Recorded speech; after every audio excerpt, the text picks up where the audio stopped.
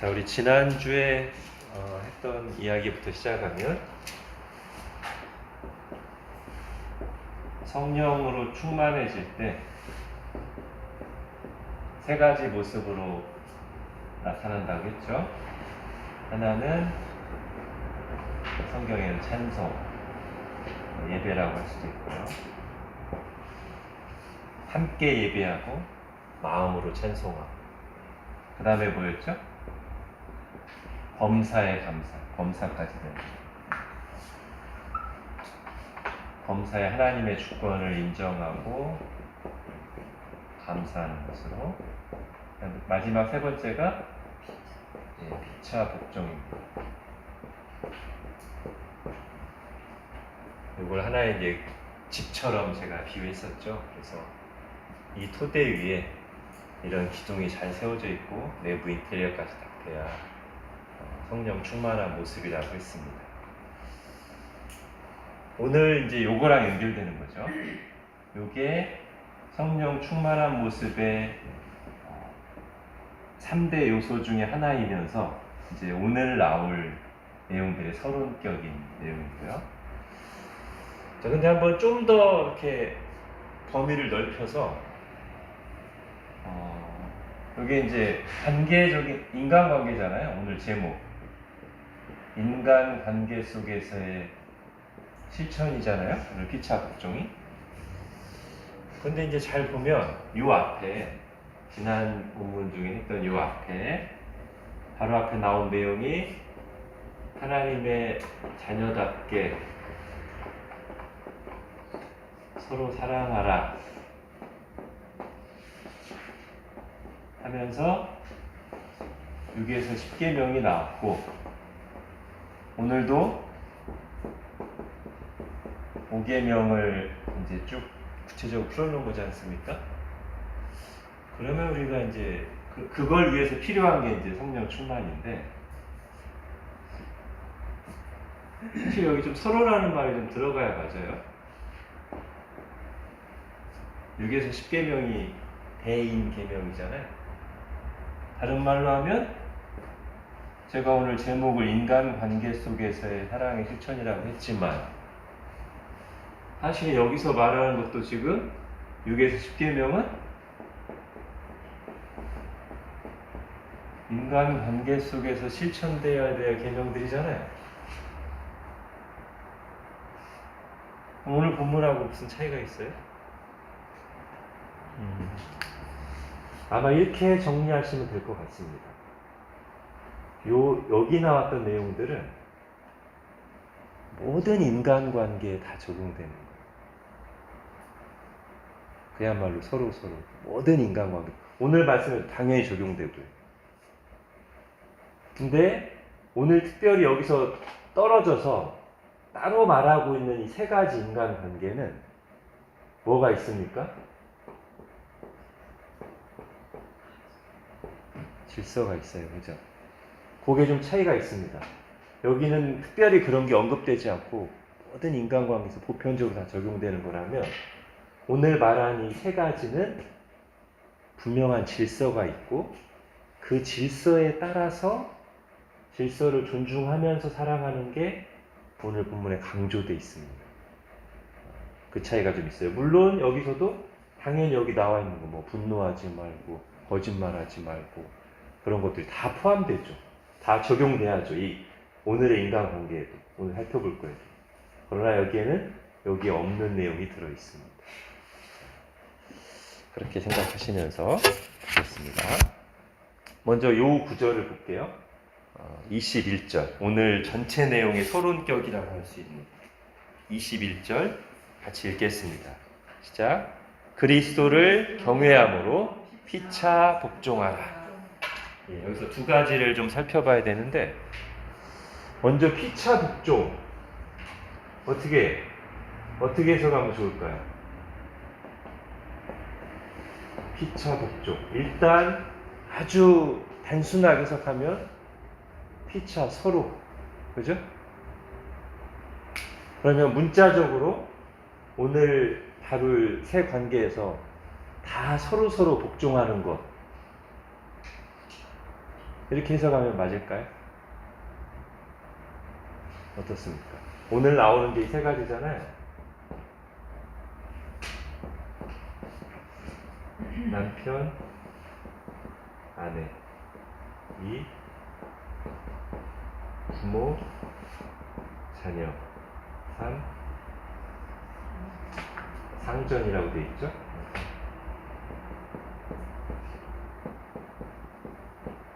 자, 이 세 가지 관계를 다루면서 이제 피차 복종이라고 했는데, 자, 아까 제가 처음 말씀드린 방식으로 해석하면, 피차 복종하라고 했으니까 서로 복종하는 거지.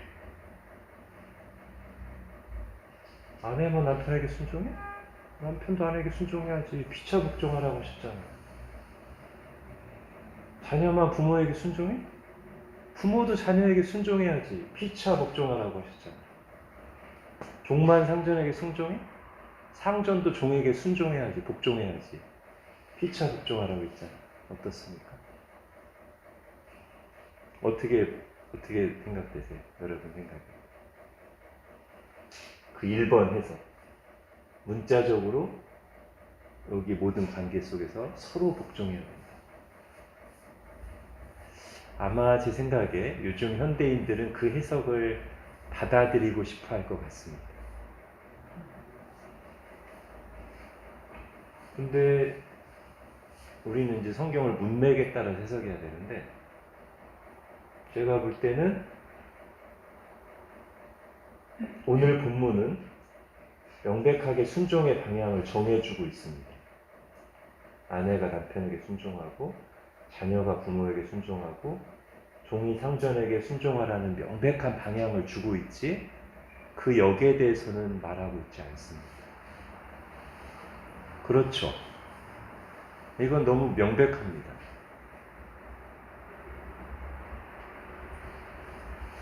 그래서 첫 번째 해석 방식, 말 그대로 서로 이거는 안 맞습니다. 그러면 이 말은 어떻게 해석하는 게 좋을까요?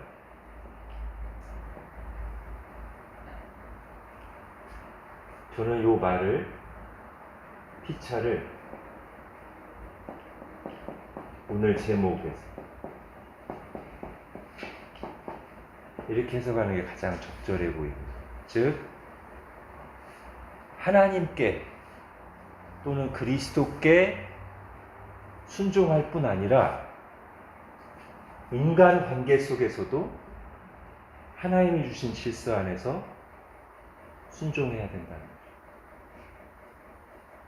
피차, 인간 사이에도 순종이 이루어져야 된다는 거죠. 근데 그 순종의 방향은 여기 성경이 정해준 질서로 순종이 이루어지는 거지, 피차를 그대로 문자적으로 적용해서 말 그대로 모든 관계에서 서로 복종하는 거지.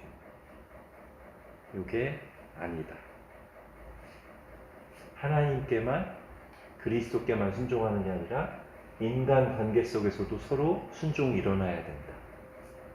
다만 그 순종은 이 질서를 따라서, 이렇게 봐야 맞다는 거죠. 어떻습니까? 아마 요즘 자녀들은 2번에다가 이거를 강력하게 1번의 해석을 적용할 것 같아요. 부모들이 자녀들한테, 야, 성경에 나오잖아, 부모에게 순종하라.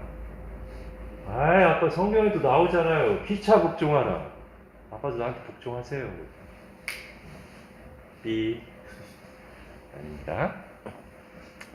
자, 그러면서 이제 우리가 생각할 게 있어요. 오늘 본문에 이제 죽게 하듯 하라는 말씀도 나오고 하지만, 이것도 너무 문자적으로 가지 않게 약간 조심해야 됩니다. 사람은 하나님이 아닙니다. 그리스도가 아닙니다.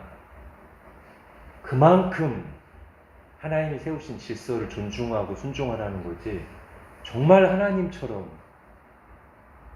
그건 아닙니다. 여기서 우리가 분명히 생각할 건 뭐냐면, 하나님과 우리는 이렇게 돼 있어요. 잘 안 보이시나? 하나님, 주님과 우리는, 그리스도와 우리는 이게 맞아요. 수직관계. 그러나 이 관계는 그렇지 않습니다. 하나님이 보실 때. 하나님 보실 때, 하나님 창조하실 때 남자와 여자를 창조하셨어요. 하나님 보실 때 똑같은 인격입니다. 우열이 없습니다. 여기는 질서도 있고, 뭐도 있어요? 우열도 있어요. 근데 인간관계에서는 질서만 있지 우열은 없습니다. 이거를 분명히 하지 않으면 우리가 오류에 빠지게 돼요. 확실히 하고 가셔야 됩니다. 그리스도와 우리는 말할 수 없는 차원의 간격이 있어요. 하나님과 우리는 창조주와 피조물이라고 하는 정말 엄청난 간격, 차이가 있습니다. 그러므로 우리가 그리스도께, 하나님께 온전히 순종하는 것이, 100% 신뢰하는 것이 마땅합니다. 근데 다시 강조드리지만 이 관계는 하나님이 정하신 질서는 있지 우열은 없어요. 그래서 죽게 하듯 하는 것이지 정말 우리와 차원이 다른, 절대적으로 신뢰해야 돼, 그런 존재로서 우리가 순종하거나 복종하는 건 아닙니다. 그죠? 오히려 어떻게 보는 게 맞냐면 이런 거예요. 구단주가 축구팀을 불러서 역할을 배정해 주는 거죠. 당신은 감독, 당신은 코치, 나머지 11명 선수. 내가 포지션을 정해줬으니까 그 포지션에서 각자 책임지고 자기 역할을 하라. 선수는 선수의 위치에서 감독의 지시를 잘 따르면서 플레이어로서 열심히 해야 이 축구팀 안에서 자기 역할을 제대로 하는 것이고 책임을 지는 것이고, 감독은 자기가 나가서 뛰는 게 아니라 감독으로서 전략을 짜고 각 선수들에게 지시하고 이 역할을 잘하는 것이 자기 위치에서 자기 책임을 다하는 거예요. 근데 꼭 감독이 선수보다 뛰어나지는 않아요. 여러분, 한국 대표팀 감독으로 클린스만 감독이 왔는데 클린스만 감독하고 손흥민하고 누가 연봉이 셀 것 같으세요? 네, 손흥민 선수가 연봉이 훨씬 높습니다. 감독보다 스타 플레이어들이 훨씬 더 능력도 뛰어나고 연봉도 세요. 근데 질서는 지켜야 돼요. 손흥민이 스타 플레이어라고 감독 무시하면 여기 다 박살납니다. 그렇게 이해하시면 좋을 것 같아요. 조금 더 이해를 위해서, 여러분, 원래 이런 질서 안에서 사랑이라는 게 근본적으로 어디서 나왔을까요? 삼위일체 하나님. 그죠? 우리 하나님은 사랑이시라고 했잖아요. 그러니까 하나님 자신이 사랑하시는 분이에요. 사람이 없었어도. 하나님, 삼위일체 하나님. 근데 하나님은 우리가 삼위일체를 공부할 때 하지만 우열이 없습니다. 삼위 사이에 영광과 능력과 모든 면에서 동등합니다. 그런데 뭐는 있어요? 삼위 사이에 질서와 역할이 있어요. 그래서 아들 하나님께서, 성자 예수님께서 똑같은 하나님인데 영광과 권위가 다 똑같은데 어떻게 하시죠? 아버지를 존중하고 순종하십니다. 이렇게 좀 이해하시면 좋을 것 같아요. 오늘 나오는 이 죽게 하되 피차 복종의 의미를 좀 그렇게 이해하시면 좋을 것 같고, 우열이 아니고 질서고 역할, 책임, 이런 것으로 이해하시고요. 자, 그 다음에 또 하나, 오늘 21절에 하고 갈게. 복종의 이유가 나오죠? 이것도 중요합니다. 우리가 이제 이 세 관계에서 순종 또는 복종을 해야 되는데, 복종의 이유가 뭐라고 나오죠? 그리스도를 경외하기 때문에 순종. 다른 이유 때문이 아닙니다. 이게 최고의 이유예요. 요걸 또 분명히 하지 않으면 우리 속에 다른 문제들이 생깁니다. 요거를 조금 더 풀면 아마 이런 내용이 다 들어가겠죠.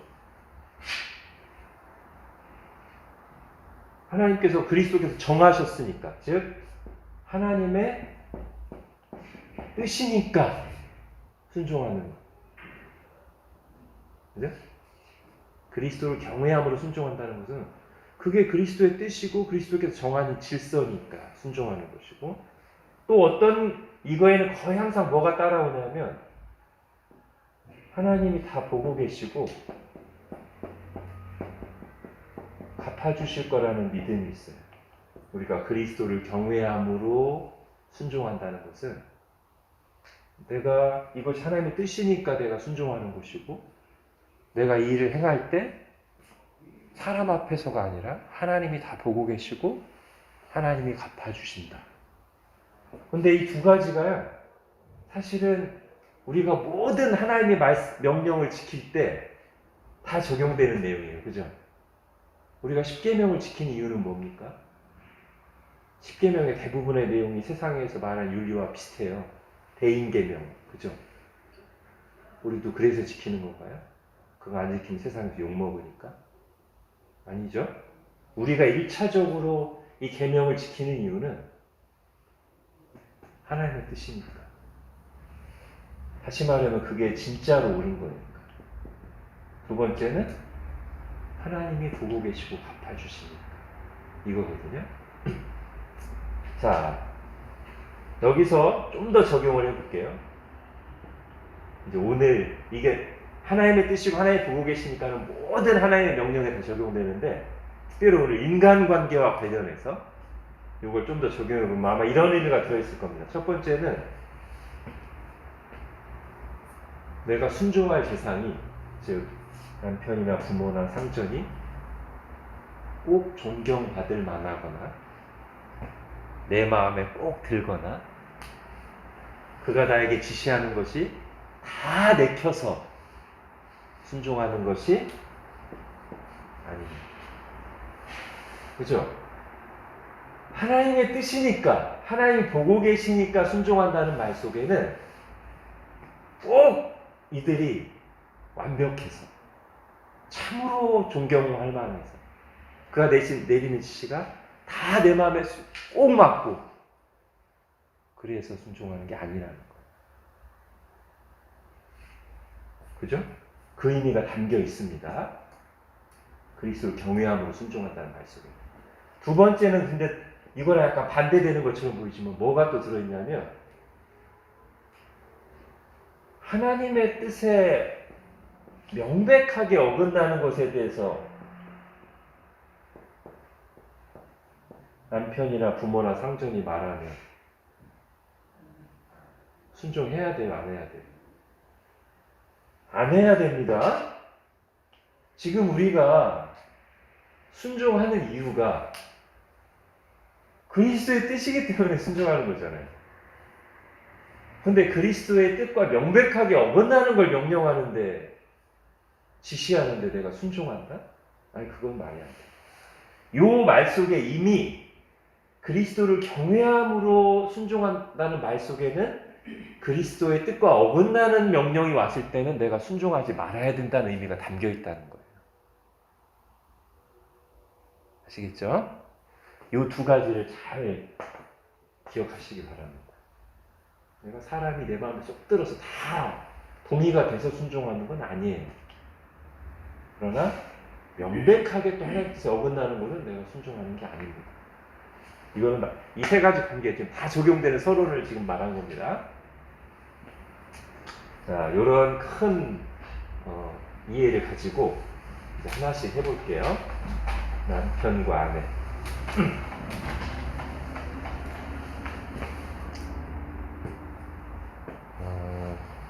자, 우선 지금 세 가지 관계들 속에서 이 부부 관계가 제일 먼저 나온 이유가 뭐겠어요? 지금 우리 교회 얘기하고 있잖아요. 근데 이 남편과 아내의 관계가 그리스도와 교회의 관계를 보여주는 가장 대표적인 관계예요. 그죠? 그래서 오늘 본문에서도 바울이 아내와 남편에게 주는 말씀 쭉 하다가 31, 32절에 뭐라고 합니까? 창세기 2장의 말씀 딱 인용해서 사람이 부모를 떠나 그의 아내와 합하여 둘이 한 육체가 된다고 말씀하면서 내가 지금 그리스도와 교회에 대해서 말하고 있다. 이렇게 하고 있잖아요. 그러니까 이 관계가 제일 처음 나오는 것 같아요. 지금 교회에게 주시는 말씀인데 에베소서가 교회를 어떻게 이루어가야 되는가를 말하는 게 에베소서의 주제인데 그 관계를 가장 대표적으로 보여주는 게 부부 관계니까 이게 먼저 나왔어요. 자, 먼저 아내들에게 말합니다.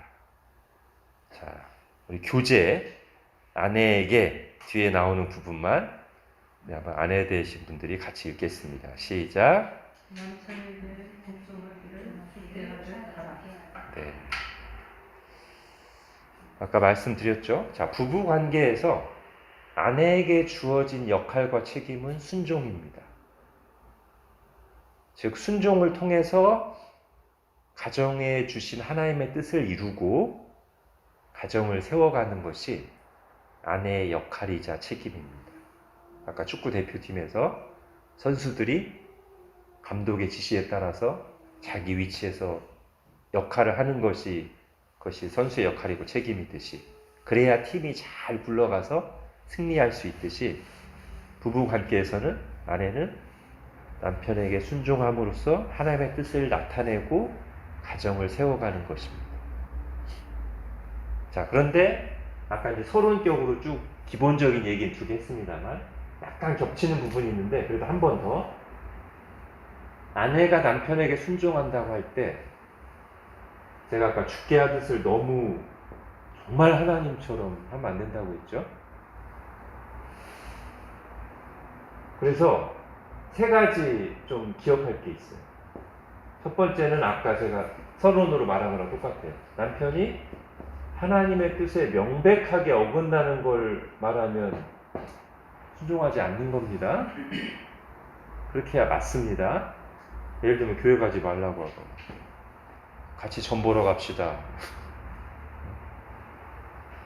아니면 명백하게 비윤리적이고 부도덕한 행위를 강요하거나 또는 지속적인 폭력과 학대를 하는데 나 그래도 순종해야 돼 하고 계속 그거를 방치하고 당하고만 있는 것도 사실은 맞지 않습니다. 지혜롭게 기도하면서 조치를 취해야지. 그죠? 명백하게 하나님의 뜻이 아닌 건 순종하는 게 아닙니다. 자, 두 번째는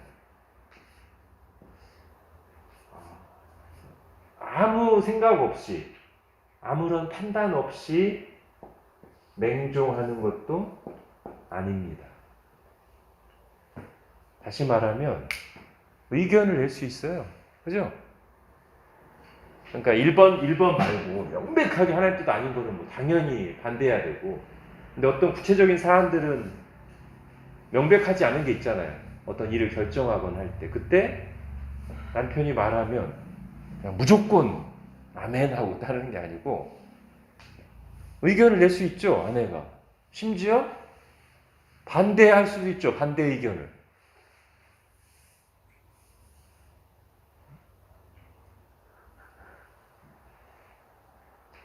다만 남편의 리더십을 존중해서 의견을 개진하고 뭐 하다가 마지막엔 남편의 결정을 따르는 거예요. 남편이 내 의견을 들을 수도 있고 자기 의견대로 할 수도 있어요. 근데 그 전까지는 충분히 의견을 내고 반대도 하고 설명도 하고 하다가 마지막에 남편의 리더십을 존중해요. 아주 똑같진 않지만 다시 삼위일체로 돌아가서 예수님이 겟세마네에서 무슨 기도하세요?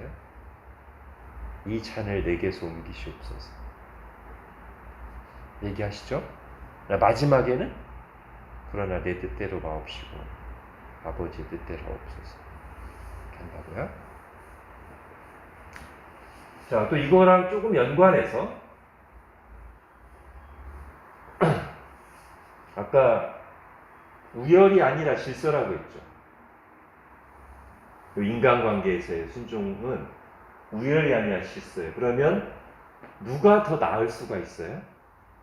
아내가 어떤 사안에 있어서는 아내가 더 경험도 있고 더 유능하고 더 지혜로운 판단을 내릴 수 있습니다.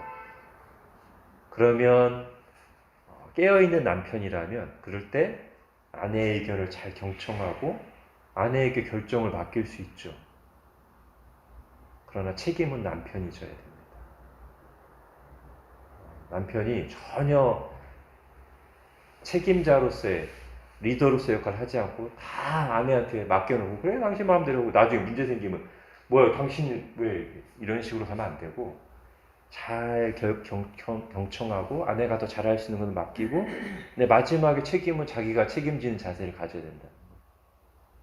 또 경건한 아내라면 지혜로운 아내라면 이 부분에서 남편이 자기보다 모르니까 막 쏘아붙이고 무시하고 내 마음대로 한다기보다는 남편이 하나님의 뜻대로 잘 가정을 이끌어갈 수 있도록 지혜롭게 말해야 되겠죠.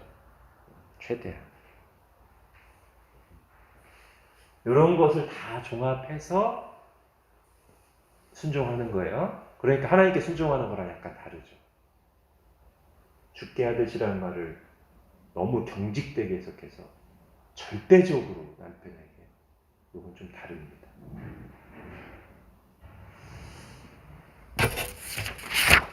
자, 이제 남편에게 여기 형제들이 있어야 같이 읽는데 저 혼자 읽겠습니다. 아내 사랑하기를 그리스도께서 교회를 위하여 자신을 주심같이 하라. 자기 아내 사랑하기를 자기 자신과 같이 할지니. 예, 결국 이어집니다만 지금 남편에게 주는 명령이 더 많이 나오고요. 그죠? 그리고 남편에게 주는 명령이 두 가지 방식으로 나옵니다. 하나는 그리스도께서 교회를 사랑해서 자신을 주심같이가 나오고 또 하나는 자기 아내 사랑하기를 자기 자신같이 이 두 가지가 나옵니다. 아마 제 생각에 오늘날 현대 문화에서는 남편과 아내에게 주는 명령 중에 아내들에게 남편에게 순종하라가 정말 받아들이기 싫은 이 시대에 너무 안 맞는 그런 걸로 여겨지는 반면 제 생각에는 이 1세기 문화에서는 또는 우리나라 유교 문화에서는 이 남편에게 주시는 명령이 아마 훨씬 더 이렇게까지 해야 돼? 이랬을 것 같습니다. 아내에게 주는 명령은 당시 문화에서나 유교 문화에서 너무 당연하고 당연하지 뭐. 근데 남편에게 이렇게 요구하는 것에 대해서는 뭐요? 이런 반응이 나올 수 있을 것이다. 그리고 사실 오늘 본문에 더 많아요.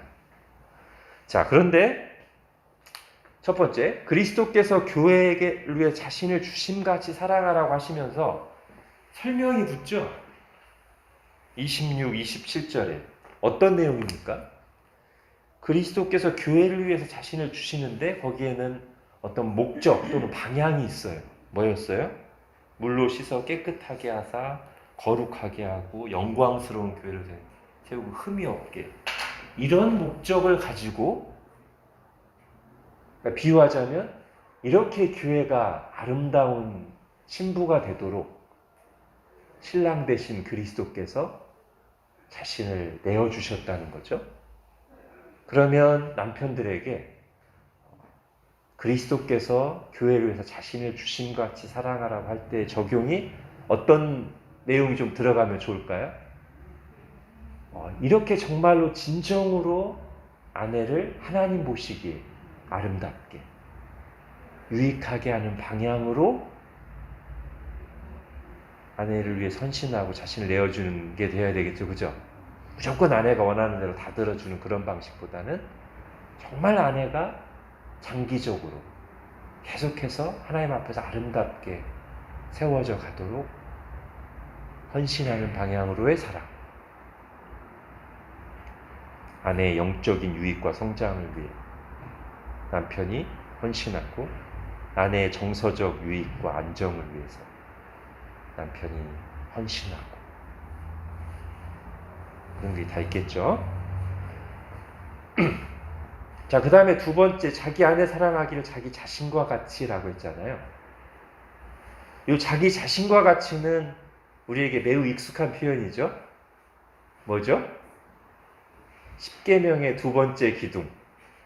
십계명을 딱 요약하면 하나님을 온 마음과 뜻과 힘을 다해 사랑하라가 첫 번째고, 두 번째는 대인계명을 쭉 압축하면 내 이웃을 내 자신같이 사랑하라는 거잖아요. 근데 지금 그 표현을 바울이 누구에게 쓰고 있어요? 남편이 아내를 사랑할 때 자기 자신같이 사랑하라는 계명을 말씀 쓰고 있습니다. 저는 여기서 두 가지를 발견할 수 있다고 봅니다. 하나는 내 이웃을 내 자신같이 사랑하라고 할 때 그 첫째 대상이 누구냐? 아내입니다. 또는 배우자입니다. 아내에게 있어서 남편이겠죠. 이건 어떤 의미가 담겨 있냐면, 부모보다, 자녀보다 누가 더 1순위가 되어야 된다? 아내가. 예. 이게 우리나라 유교 가치관이랑은 좀 다릅니다. 물론 부모 공경을 소홀히 하라는 건 절대 아닙니다. 그거는 성경에 명백하게 나오니까요. 근데 유교에서는 순서가 아마 부모, 자식, 아내일 것 같아요. 제 생각에. 아니면 군주, 부모, 자녀, 아내 이걸 것 같은데, 성경은 하나님을 제외한 인간 관계에서는 1순위가 누구냐면 아내입니다. 이게 어떤 말씀하고도 연결될까요? 바울도 지금 창세기를 인용하고 있는데, 그러므로 사람이 부모를 떠나 그의 아내와 합하여 한 몸을 이룰지니라. 이 말씀을 적용하다 보면 그렇게 나오게 돼 있어요.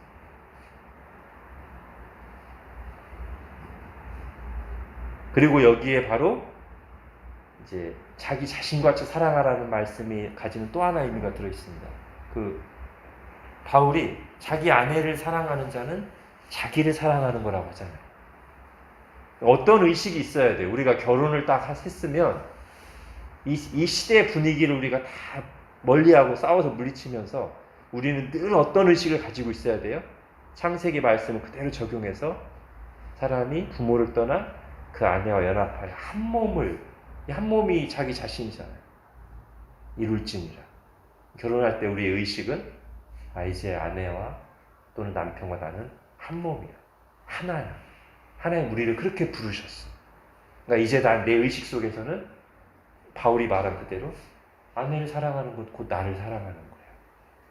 이런 의식을 우리가 끊임없이 우리 속에 가지고 있어요. 바울이 그걸 얘기하고 있습니다. 사실 아담이 처음에 그랬어요. 타락하기 전에는. 그죠? 아담이 타락하기 전에 하나님이 아담의 갈비뼈를 딱 빼내서, 그야말로 자기 자신이죠. 빼내서 하와를 딱 데려오니까 또 아담도 뭐라고 고백을 합니까? 이건 내 뼈 중에 뼈요, 살 중에 살이다. 내 액기 쓰고 내 자신이, 내 자신 중에서도 가장 중요한 부분이다. 이렇게 고백을 하잖아요. 이게 성경에 나오는 인간이 타락하기 이전의 결혼이고 부부관계고 그에 대한 신앙 고백이자 바른 인식이에요. 바울이 그것을 적용하라고 하는 겁니다.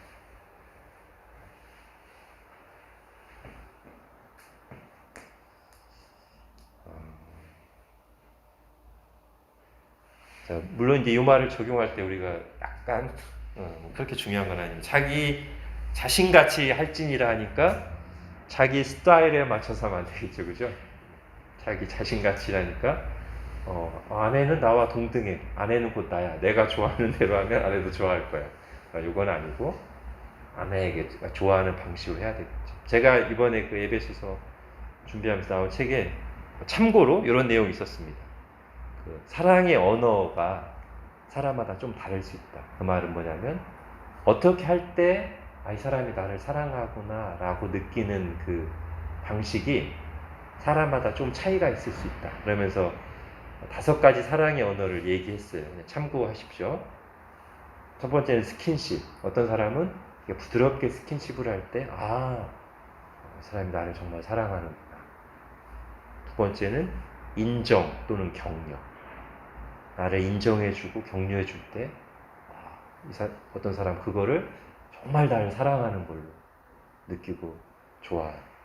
세 번째는 선물도 있더라고요. 선물을 딱 주면, 이 사람이 나를 정말 사랑하는. 네 번째는 시간, 나랑 같이 시간을 보내줄 때, 이 사람이 나를 정말 사랑하는. 다섯 번째는 봉사, 나를 위해서 뭔가 해줄 때, 도와줄 때, 섬겨줄 때, 이 사람이 나를 사랑하는. 그러니까 이게 사람마다, 물론 이게 전부 다가 이제 사랑일 수 있는데, 어떤 사람은 요거 할 때 더 사랑을 크게 느끼고 요거에 대해서는 적을지, 그러니까 그 사람에 맞춰서 이렇게 하는 게 필요하다. 여기까지 우리가 좀 구체적인 적용을 하면 좋겠죠. 자, 이제 부모와 자녀를 향한 교훈이 나옵니다. 자, 자녀에게 이렇게 얘기합니다. 부모에게 순종하라. 오늘 그 본문을 보면 여기서 자녀들아라고 해서 물론 이제 모든 자녀가 일단은 포함됩니다만, 특히 누구에게 더 적용이 되는 얘기냐면 결혼하지 않고 집에 함께 거하는 자녀들에게 오늘 본문이 적용되는 게 좀 더 맞을 것 같습니다.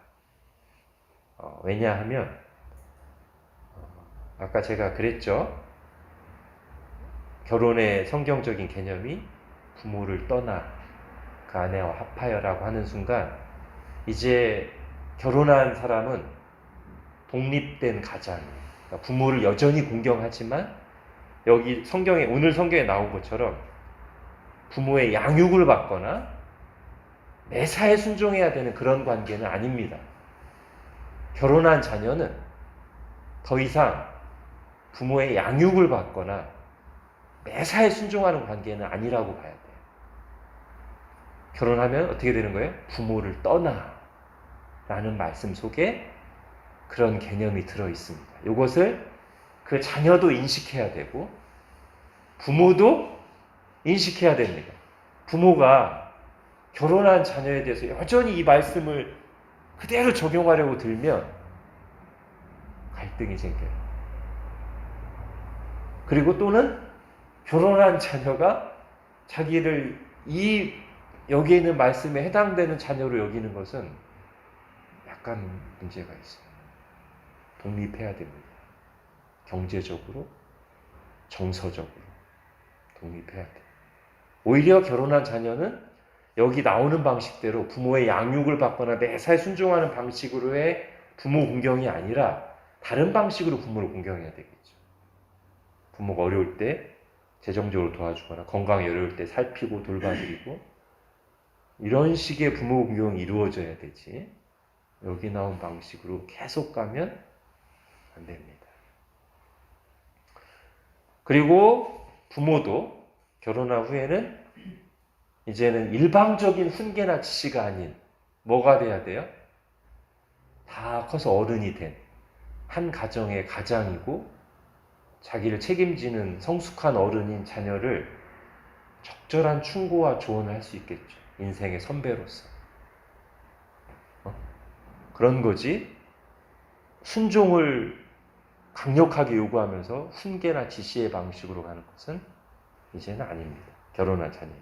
하여튼 이런 의미가 다 있기 때문에 오늘 본문은 부모 공경은 당연히 모든 자녀에게 해당되지만 오늘 본문에 나온 내용을 전체적으로 적용되는 것은 결혼하기 전 집안에 있는 자녀들로 보는 것이 더 합당하다. 이제 그럴수록 이제 그렇게 결혼하기 전에 자녀들이 그렇게 성숙한 자기를 책임지고 가정을 이끌어 갈 수 있는 사람이 되도록 우리가 양육하는 게 부모의 책임이죠. 자, 자녀들에게 순종하라고 하면서 십계명을 그대로 가져옵니다. 바울이. 십계명에 이런 내용이 있죠. 부모를 공경하라. 그러면서 이 계명을 지키면 어떤 약속이 있다고 그래요? 땅에서 잘되고 땅에서 장수하리라. 이 계명 약속이 있어요. 십계명에. 바울이 이걸 또 그대로 가져옵니다. 그러니까 바울은 십계명을 또 십계명에 나와 있는 명령과 약속을 그냥 이제 신약이니까 제끼지 않았어요. 가져왔어요. 다만 우리가 이 말씀을 어떻게 요리문답을 통해서 잘 균형 있게 해석했습니까? 부모 공경하기만 하면 다 장수? 그건 아니었죠. 요리문답에서 뭐라고 잘 정리하고 있냐면 분명히 이 약속은 맞다. 다만 기계적인 적용이 아니라 하나님께 영광이 되고 우리에게도 유익이 되는 한에서 이 약속을 하나님 우리에게 실제로 이루어지게 하신다. 이렇게 적용했죠. 그 정도 하고 가겠습니다. 이제 우리에게 오히려 더 잘 많이 해당되는 것은 부모에게가 우리에게 더 많이 해당될 텐데. 자, 부모에게 한번 옆에 교재에 있는 거 같이 읽어보겠습니다. 시작. 자녀를 노엽게 하지 말고 오직 주의 교훈과 훈계로 양육하라. 예. 자, 부모에게 주는 명령을 하면서 이 단어로 시작합니다. 아비드라. 예.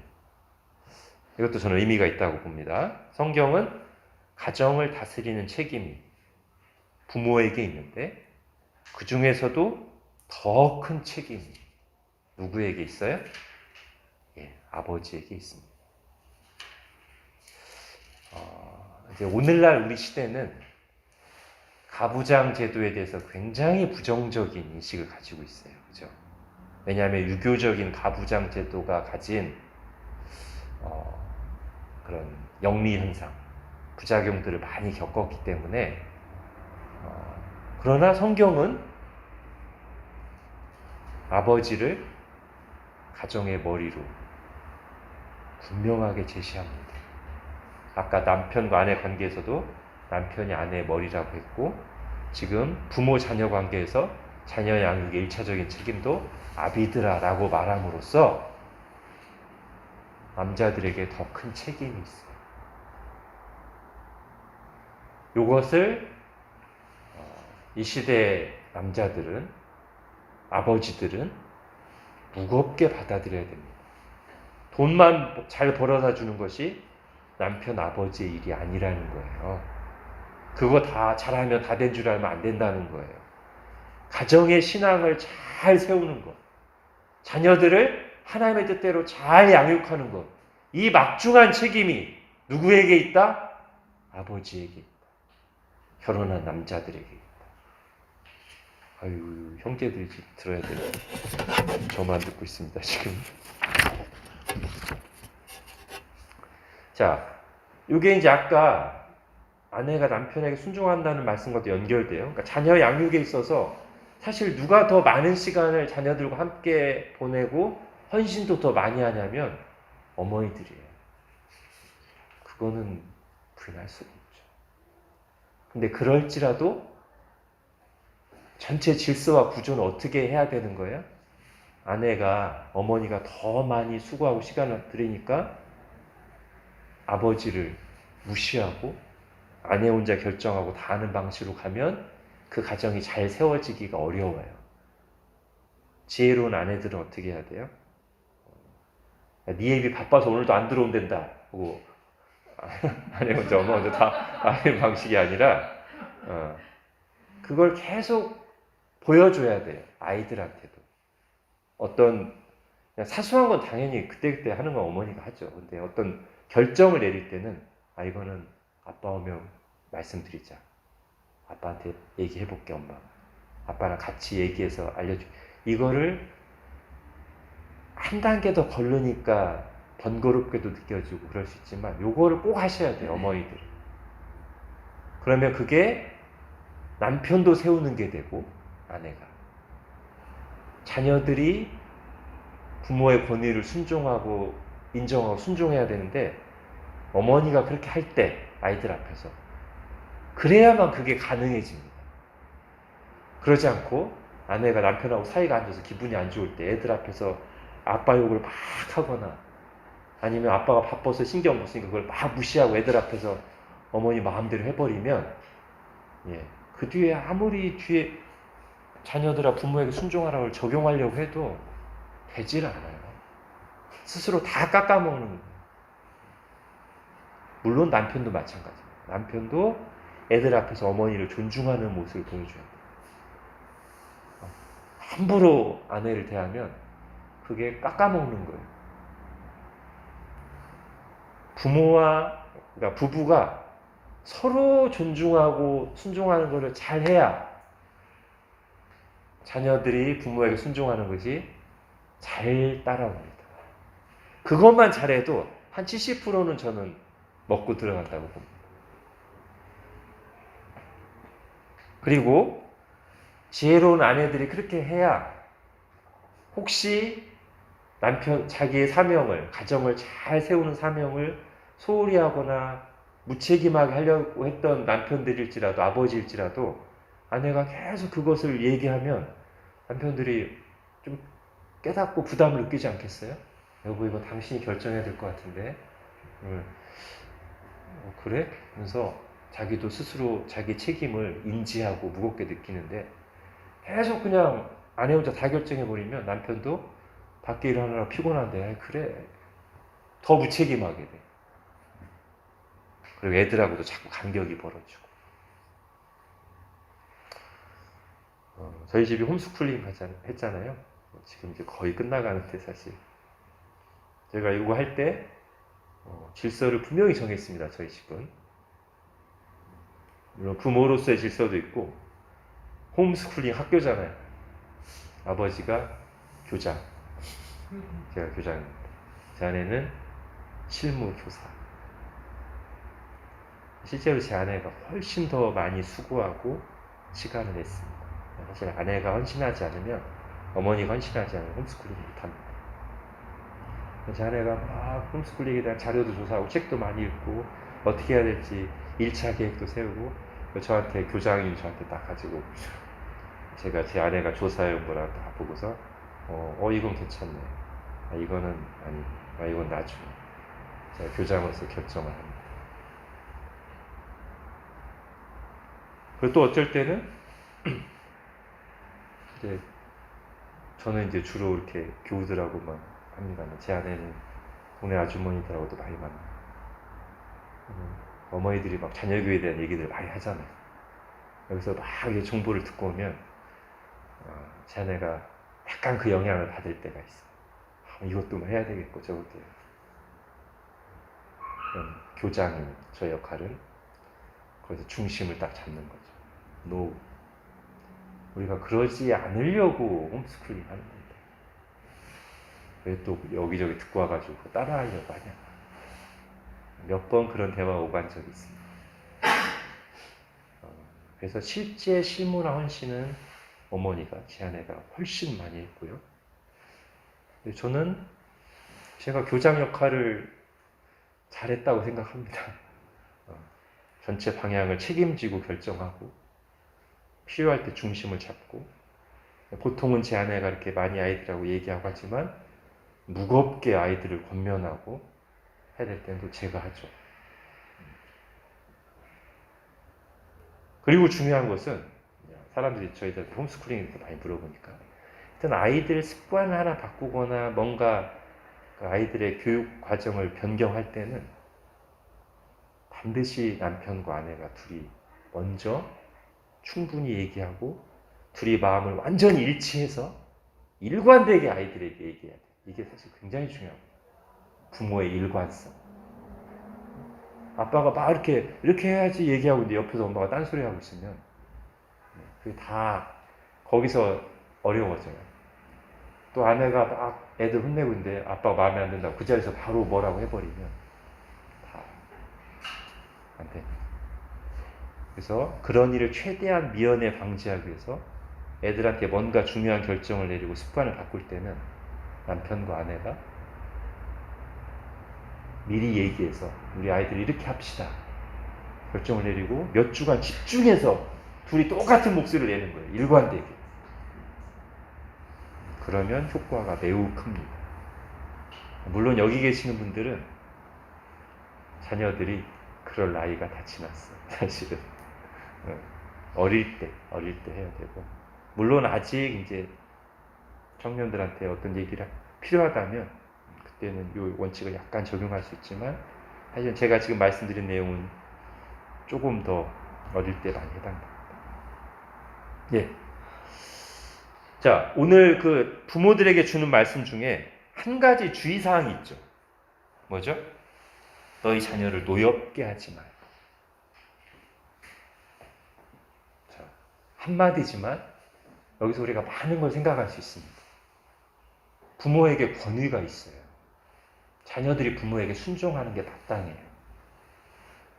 그러나 지금 이 한 구절을 통해서 성경은 뭐라고 부모들에게 분명히 인식시키는 겁니까?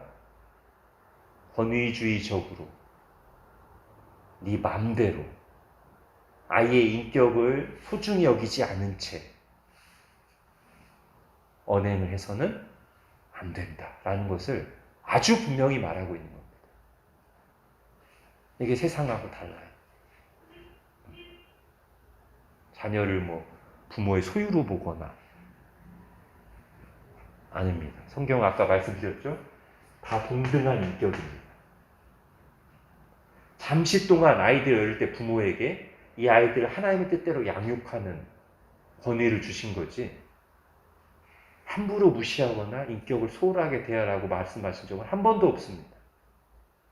하나님 주신 선물이자 똑같이 하나님의 형상으로 창조된 고귀한 인격입니다. 자, 그럼 어떨 때 노엽게 될까요? 제가 한 4가지로 구체적으로 말씀드려 볼게요. 첫 번째는요, 요게 이제 많은 사람들이 놓칠 수 있지만 저는 가장 중요하다고 생각되는 것 중에 하나인데, 일관되지 않을 때. 저는 자녀 양육 전문가들을 코칭하는 것도 제가 보고 참고할 때가 있는데, 요 얘기 분명히 나옵니다. 부모가 일관성이 없습니다. 그러니까 예를 들면 이런 거예요. 어쩔 때는 자녀가 이렇게 잘못하거나 하고 있는데 그냥 부모가 바쁘거나 기분 좋거나 하니까 그냥 놔둬요. 자녀가 그 행동하는 걸 놔둬. 그러다가 어느 날은 본인이 은혜 받고 필 받아서, 또는 아니면 스트레스가 많이 쌓여 있어서 그동안 계속 놔두던 거에서 갑자기 올테이가 하지 마! 하지 말랬지! 이러면 자녀가 헷갈려요. 헷갈릴 뿐 아니라 분노가 쌓이고, 그동안 이거에 대해서 아무 말씀도 안 하셨는데 갑자기, 그것도 잘 설득해서 우리 앞으로 좀 이걸 이렇게 해볼까도 아니고 갑자기 하지 마, 아니면 갑자기 짜증을 내 부모가. 이게 반복되면, 이렇게 일관성이 없으면 아이들이 헷갈리고요, 일단. 그 다음에 분노가 쌓입니다. 그리고 아이도 안 변합니다. 아무리 크게 소리 질러봐야 아이가 안 변해요. 자, 일관성. 매우 중요합니다. 두 번째는 공평하지 않을 때. 자녀가 이제 2명 이상일 때. 이게 사실 큽니다. 옛날에는, 특히 여기 자매님들이, 옛날 우리 어른들은 분명히 아들과 딸들 차별하는 분들이 많이 있었습니다. 자매님들에게 상처가 있으시죠, 그 부분에 대해서.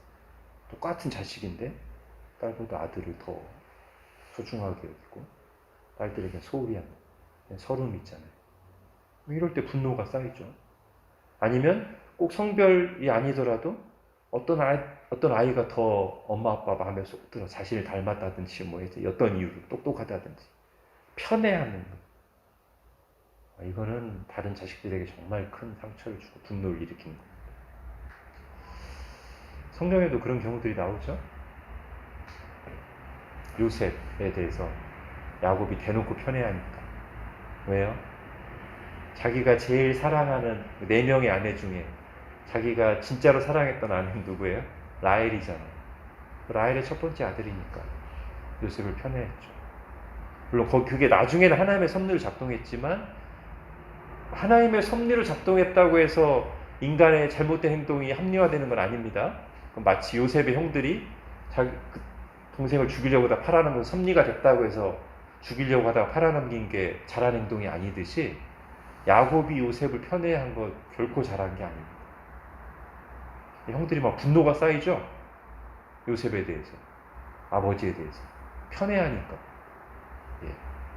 공평하지 않은, 자식들에게 공평하지 않은, 이게 분노를 일으키는 또 한 가지고요. 세 번째는, 이제 어릴 때도 마찬가지고, 이제 점점 아이들이 커갈수록 그 나이에 맞게, 그리고 요즘 아이들의 그거를 좀 이해를 할 필요가 있습니다. 그것 없이 너무 권위적으로만, 너무 엄격하게, 또는 잘못해서 징계를 하더라도 너무 가혹하게. 저는 체벌 자체를 반대하진 않습니다. 근데 잘해야 돼요. 그리고 체벌도 한 초등학교 중반 이후 가면 사실 안 하는 게 좋습니다. 제 생각에. 그리고 그럴 수 있게 이미 어릴 때 순종을 가르쳐야 돼요. 한 4, 5살 때부터 초등학교 저학년까지 그때 가르칠 최고의 조기 교육은 뭐 영어 뭐 이런 거 아니에요. 첫 번째 조기 교육은 순종을 가르치는 거예요. 그 나이 때 가장 필요한 건 순종을 가르치는 거예요. 그럼 그게 잘 습득돼요. 근데 그때는 막 오냐 하고 애들 마음대로 놔두고서 나중에 초등학교 고학년, 중학교 돼서 그때 순종 가르치려고 하면 너무 어렵습니다. 자, 어쨌든 근데 이제 그리고 그 순종을 가르칠 때 필요에 따라서 적절한 징계가 필요합니다. 제가 생각하는 체벌의 수준은 발바닥 그냥 살짝 톡 때리는 정도. 저는 그 정도까지는 했습니다. 어릴 때. 어쩌다. 그게 아니라 좀 초등학교 고학년 때 중학교 됐는데 말 안 듣는다고 막 감정적으로 막 두들겨 패가지고 온몸에 멍들게. 이거는 정상적인 올바른 자녀 교육은 아니에요. 그런 게 이제 아이들에게 분노를 일으키죠. 아이들 인격을 무시하는 말, 특히 혼낼 때. 혼낼 때는 어릴 때 눈을 잘 보고 권위 있는 말로 하되 부드럽게 자 이건 이렇게 해서 잘못되고 설명을 해서 혼내야지 갑자기 순간적으로 막 화나가지고 하지 말랬잖아 뭐, 엄마가 버렸어 이런 식으로 가면 이제 그렇게 되는 거예요. 이제 또 하나가 이게 계속 이제 세 번째 하는 겁니다. 이해 없이 권위적으로만 너무 엄격하게. 이게 책에 이제 이런 내용이 나오더라고요. 많은 경우, 생각보다 많은 경우 도덕적인 문제가 아니라 문화적인 문제로 충돌할 때가 있다. 예, 그럴 수도 있을 것 같습니다. 물론 문화 속에 잘못된 문화가 있어서 우리가 분별할 필요는 있어요. 근데 어떤 것들은 우리가 좀 넓은 시야로 보면 그냥 정말 도덕적인 문제가 아닐 수 있는데 우리 시대랑 다르니까 우리 때는 안 그랬으니까 그래서 이제 그럴 수 있거든요. 저는 그 중에 하나가 헤어스타일이라고 봅니다. 머리를 기르거나 염색하거나 이런 거는 문화에 속한다고 봐요. 일단 그러니까 거기에 부모들이 너무 예민할 필요는 없으실 것 같다. 저는 그렇게 생각합니다. 패션도. 다만 노출이 심한 건 좀 다른 문제예요. 그게 아니라면 그 헤어스타일이나 패션의 상당 부분은 문화로 보시면 좋지 않을까. 우리 마음에는 좀 안 들어도. 우리 때도 유행이 있었잖아요. 우리가 잘할 때도. 자, 네 번째. 마지막 네 번째. 부모를 노엽게 하는. 이건 이제 약간 신앙적인 건데 부모의 위선적이고 이중적인 모습, 아이들이 부모가. 그러니까 교회에서는 우리 그냥 대부분 가족이 같이 나오잖아요. 교회에서는 뭐 부모님들이 와 이렇게 웃는 얼굴로 얘기하고 다른 교인들한테 친절하게 얘기하고 부드럽게 하고 신앙적인 얘기. 집에만 가면 돈 얘기하고 공부 얘기밖에 안 하고 또는 얼굴이 굳어 있어. 지금 교회에서는 막 이렇게 하고 집에서 굳어 있거나 공부만. 그러면 이제 아이들이 부모의 그 위선적이고 이중적인 모습에 분노할 수 있죠. 사실 여기서 상처받고 교회를 떠나거나 시험에 드는 애들이 생각보다 많습니다. 제가 청소년부를 이제 파트 사역하거나 부교육자 때 많이 했거든요. 그런 문제들이 생각보다 많았어요. 자, 그래서 결국에 이제 노엽게 하지 않으려면 부모가 성장해야 돼요. 그죠? 성장하고 분별력이 있어야 됩니다. 자, 근데 노엽게 하는 것이 전부가 아니고 주의 교훈과 훈계로 양육하라. 하나님의 뜻을 가르치고, 그죠? 주의 교훈으로 양육하라는 게 무슨 뜻이에요? 부모들이, 아버지가 하나님의 뜻을 자녀에게 가르치고 그 하나님의 말씀대로 살 수 있도록 적용시키는 일을 하라는 거죠. 이걸 만약에 교회에서 이루어진 표현을 하면 뭘까요? 제자훈련? 예.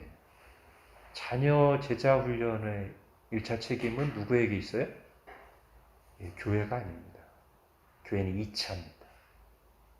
자녀를 그리스도의 제자화시키는 것. 부모의 1차적으로 책임이 있고 부모의 가장 큰 사명입니다. 자녀에게 필요한 것들을 많이 공급하잖아요. 재정적인 공급, 건강도 챙기고. 예, 당연히 부모가 해야 돼요. 핵심 의무죠. 근데 우리는 뭣도 부모의 중요한 역할을 봐야 돼요? 자녀를 제자화하는 거예요. 그리스도의 제자.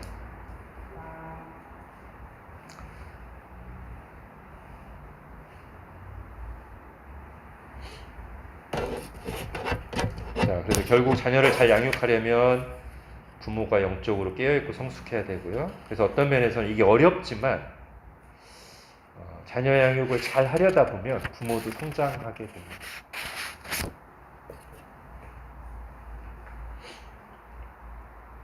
아이가 반항적이거나 부모와 갈등할 때는 그 아이를 하나님의 눈으로 볼 수 있도록 우리가 정말 기도해야 되고요. 우리에게도 철부지 시절이 있었음을 기억하고 지금도 하나님이 나의 연약함과 불순종을 오래 참고 불쌍히 여기심을 기억하면서 대할 수 있도록 은혜를 구해야 됩니다. 자, 이제 마지막 상정과 종을 향한 교훈 짧게 하겠습니다. 자, 종에게 성실한 마음으로 육체 상전에게 순종하기를 그리스도께 하듯 하라. 자, 여기서 이제 우리가 한번 큰 틀에서 생각하고 갈 게 있는 게 뭐냐면 당시에 노예제도가 있었어요. 예, 그걸 배경으로 한 말씀이죠, 이게. 근데 구약에도 종제도가 나와요. 그러면 노예제도가 성경적인 제도인가? 여러분 어떻습니까? 그러니까 고대에 그러니까 노예제도나 인간의 계급제도가 거의 모든 사회에 있었거든요. 근데 우리가 구약 성경을 잘 보면 구약 성경에 나오는 그 종제도는 당시 고대 사회에 편만했던 그거와 좀 차이가 있습니다. 특히 이스라엘 공동체 안에서의 종제도는 그 당시에 일반 다른 이방 세계에서의 노예제도와는 많이 다릅니다. 그러니까 이런 거예요. 유대 사회에서 이스라엘 공동체 사이에서의 종제도는 형제가 재정적으로 바닥이 났어요. 너무 어려워요. 그래서 꿔줬어. 근데도 갚을 능력이 안 돼. 그럼 어떻게 해요? 집에 종으로 걷어들이는 거예요. 그래서 생계를 책임지면서 일정한 몇 년 동안 임금도 주면서 생계를 책임져요. 몇 년 지나면 어떻게 돼요? 자유인이 됩니다. 그리고 우리 집에 종으로 있는 동안에도 주인이 로마 세계에서 주인이 노예대하듯이 그렇게 할 수 있는 거 전혀 아닙니다. 여전히 하나님의 백성입니다. 함께. 물론 질서는 있어요. 근데 함부로 할 수 없고 어느 시간이 지나면 반드시 자유인으로 다시 돌려보내야 됩니다. 그리고 돌려보낼 때도 잘 챙겨서 돌려보내야 됩니다. 이게 구약에 나오는 이스라엘 사람들 간의 종제도거든요. 근데 이제 이방 사회에서의 노예제도는 사람을 재산 취급하거나 주인이 함부로 폭력을 마음대로 사용할 수 있는 그런 거였죠. 비인격적인. 이거는 분명히 비성경적이에요. 자, 근데 지금 바울이 에베소서에 쓰는 편지에서 바로 그 로마의 노예제도를 배경으로 해서 이 말을 하고 있거든요. 그럼 우리가 이걸 어떻게 이해해야 됩니까? 이런 노예제도는 성경적으로 별로 맞지 않는데? 그럼 이때 어떻게 반응해야 돼요? 신자들이. 여기서 이제 우리에게 지혜가 필요하고 성경이 어떤 식으로 이 문제를 다루는지를 봐야 되는데, 우선 개개인 사이에 일어나는 신앙과 윤리의 문제는 명백하게 하나님의 뜻에 맞지 않을 때는 우리가 거절해야 됩니다. 아까 이제 순종의 1차 원칙에서 하나님의 뜻에 명백하게 어긋날 때는 거절해야 돼요. 그것 때문에 어려움이 올지라도. 근데 사회 구조적인 문제는 그 틀을 바꾸기 전에 사람들의 생각이 먼저 바뀌어야 됩니다. 그걸 위한 합법적인 노력들, 교육과 캠페인과 선거, 정치활동 등이 필요합니다. 그래서 시간이 걸려서 사람들의 의식이 점점 그렇게 하면 안 되겠구나. 이게 우리가 당연하다는 듯이 이런 문화를 가지고 이런 틀을 가지고 이런 사회 구조를 가지고 왔었는데 생각해보니까 이게 맞지 않네. 이렇게 해서 그 틀이 함께 그 그리스도인과 세상 사람들이 다 섞여있는 그 사회에서 같이 그것을 인식해가면서 그 틀을 합법적으로 점진적으로 변화시키는 방식으로 이루어지는 것이 맞습니다. 그걸 위해서 그리스도인들은 빛과 소금의 역할을 하면서 영향을 끼쳐야 됩니다. 그게 아니고 그냥 우리가 사회는 전혀 인식을 못하고 있는데 그냥 우리가 볼 때 바르지 않아. 나 이제부터 이 제도 다 거절. 갑자기 막 급진적인 폭력을 동반한. 그거는 바르지 않습니다. 그러니까 지금 바울이 당시에 이 종제도가 그리 성경적이지 않음에도 불구하고 자 이제부터 종들은 불복종을 선언하거라. 너희들은 주인에게 상전에게 복종할 필요 없다. 우리는 다 하나님 앞에 존귀한 존재다. 다 종들의 폭동을 일어나도 선동하는 게 되죠. 그러면 난리가 납니다. 유혈 사태가 일어나고 오히려 더 어려운 문제가 발생해요. 여러분 종교개혁 때 이런 게 문제가 됐어요. 루터가 종교개혁을 일으켰습니다. 그리고 굉장히 사람들에게 영향을 미쳤는데 그 루터의 영향을 받아서 함께 종교개혁을 일으킨 사람들 중에 일부가 이렇게 급진적으로 적용한 거예요. 그래가지고 막 갑자기 막 다 때려 부수자는 식으로 뭐 농민 반란이 일어나고 루터가 그것 때문에 굉장한 어려움을 겪었습니다. 항상 어떤 개혁이 일어날 때는 급진파들이 있어가지고 더 사태를 힘들게 만들어요. 바울은 그렇게 말하고 있지 않습니다. 오히려 이런 부조리한 견고한 틀이 있는 사회 속에서 1차적으로 그리스도인들의 구별됨은 뭐냐면 이런 체제를 당장에 거부하고 급진적인 행동을 하는 방식으로서라기보다는 또는 사회가 부조리하니 불만 불평하며 억지로 사람들 보는 앞에서만 하는 척하는 모습도 아니고 바울이 제시하는 이런 부조리한 구조 속에서의 그리스도인들의 구별된 모습은 오히려 하나님을 의식하기에 그리스도를 경외함으로 자기 위치에서 성실하게 주어진 일을 함으로써 사람들에게 저 사람은 뭔가 다르네 라는 것을 보여주는 것이 그리스도인의 1차적인 바른 자세다. 그게 이제 종들에게 나온 메시지입니다. 그래서 마음이란 말이 굉장히 강조돼 있어요. 종에게 하는 거. 존재가 두려워 떨며 성실한 마음으로. 6절에서도 눈 가림만 하여 사람을 기쁘게 하지 말고 그리스도의 종들처럼 마음으로 하나님의 뜻을 행하며. 7절에도 기쁜 마음으로 섬기기로. 왜? 어떻게 하기 쉬우니까. 억지로 눈에 보이게만 불평불만하면서만 하기 쉬우니까 이걸 강조하는 거라고 보면 되겠죠. 자, 그러려고 할 때, 자, 이제 오늘날은 이제 이런 의미의 노예제도는 없지만 그래도 회사나 이런 데서는 분명히 질서가 있잖아요. 그 부분을 우리가 이제 적용해야 되는데 여기 말씀 그대로 적용하면 됩니다. 저는 그 중에서 6절을 정말 꼭 얘기하고 싶어요. 눈 가림만 하여 사람을 기쁘게 하는 것을 하지 말고 그리스도의 종들처럼 마음으로 하나님의 뜻을 행하고. 예. 하나님의 뜻을 행한다는 의식이 있었으면 좋겠습니다. 여러분, 우리가 범죄 집단에 속해 있는 게 아니라면 사실 우리가 직장에서 하는 대부분의 일들은 하나님의 일이라고 여길 수 있습니다. 여러분, 하나님께서 우리 창조하실 때 예배하고 찬송만 하도록 창조하지 않으셨죠. 창세기 1장에 보면 생육하고 번성하여 땅에 충만하라 정복하라 다스리라. 그러니까 아이를 낳고 아이들을 키우고 이 세상을 관리하고 일하고 이 모든 일들이 사실 창조 때 인간에게 주신 하나님의 일입니다. 자기에게 주신 재능을 발휘하고 수고해서 다른 사람들의 필요를 채우고 협력해서 함께 문화를 이루어가는 일. 이게 다 하나님의 일이거든요. 그게 오늘날 뭘로 표현될 수 있겠어요? 농업, 제조, 유통, 교육, IT, 금융, 서비스. 이거 다 만약에 인간이 타락하지 않고 창조 세계가 그대로 이어졌다면 그렇게 발전했을 거예요. 다만 그것을 정말 하나님 앞에서 바르게 했겠죠. 그죠?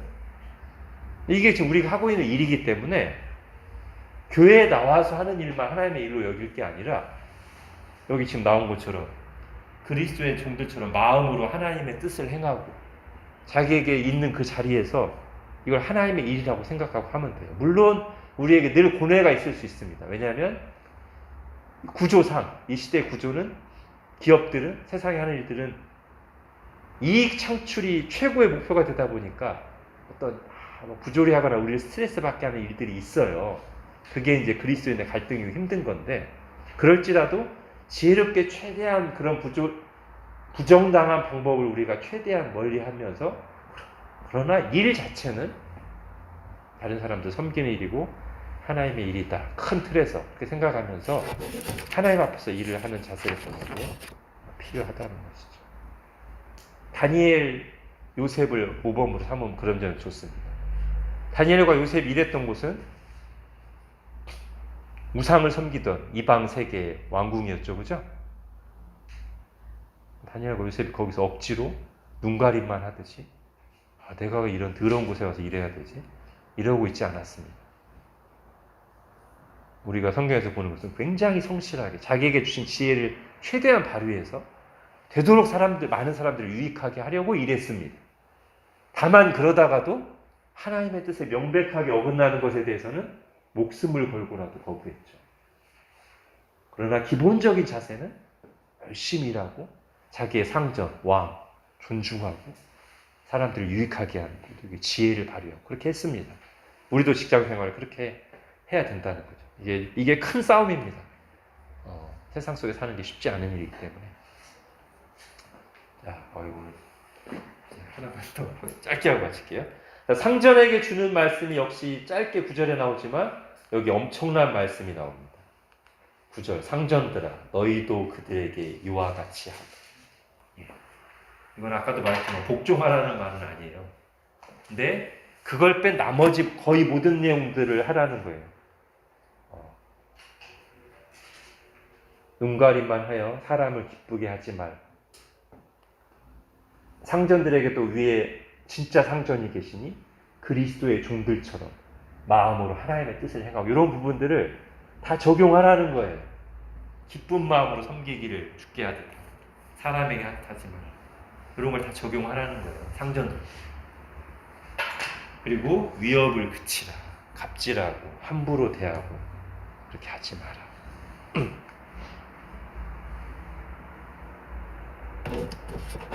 자, 하나님은 어떤 분이시기 때문에 사람을 외모로 취하는 일이 없습니다. 이 세상에서야 사람을 차별을 두고 계급을 두고 외모를 보고 판단하지만 우리 위에 계시는 진짜 상전이신 하나님은 모든 사람을 동등한 인격체로 보고 그 마음 중심을 보고 대하시고 갚아주시니 종들은 종들대로 상전을 대할 때 하나님을 경외하는 마음으로 섬기고 일할 때 갚아주실 것이고 상전은 상전대로 종을 대하는 태도를 하나님이 다 위에서 보고 계시고 평가하시고 갚아주실 거라는 생각을 가지고 종들을 인격적으로 대하고 상전이 리더십을 잘 발휘한다면 하나님이 또 갚아주실 것이다. 이런 생각을 가지고 행하라는 거죠. 자, 정리하겠습니다. 우리가 하나님의 자녀라는 사실과 그리고 우리가 하나님의 나라를 드러내기도 하고 경험하기도 하는 일은 주일날 교회에서 예배할 때만 나타나는 것이 아닙니다. 오히려 훨씬 더 많은 시간은 우리 가정에서, 우리의 직장에서, 우리의 매일의 인간관계 속에서 우리가 하나님의 자녀라는 사실이 드러나기도 하고 경험되기도 하고 그렇습니다. 거기가 바로 우리가 신자로서 살고 하나님 나라를 구하는 장소입니다. 그걸 위해서 그렇게 하나님의 뜻을 행하고 하나님의 자녀답게 살기 위해서 우리에게 지혜가 필요하고 그걸 행할 능력을 주시는 성령님의 충만함이 필요합니다. 제가 기도하고 마치겠습니다. 하나님, 우리의 삶의 많은 부분이 인간관계 속에서 이루어집니다. 이것 때문에 우리가 힘들어하고 고통하고 갈등하기도 하고 또 여기에서 정말 위로받기도 하고 힘을 얻기도 합니다. 그리고 하나님께서는 이것이 너무나 중요하기에 계명으로도 주시고 오늘 또 예배소에서도 많은 비중을 할애하여서 우리가 이 관계들 속에서 어떻게 그리스도를 경외하는 마음으로 순종하고 사랑해야 될지를 우리의 사명을 감당해야 될지를 보여주셨는데 주님 저희가 이 시대의 영향을 받아서 이 중에서 일부만 선택적으로 받아들이거나 일부를 함부로 무시하지 않게 하시고 이 전체를 받아서 지금 나의 위치에서 나의 역할을 잘 감당하며 하나님 나라를 구하며 살도록 하나님의 자녀답게 살도록 은혜를 베풀어 주옵소서. 예수님의 이름으로 기도합니다. 아멘.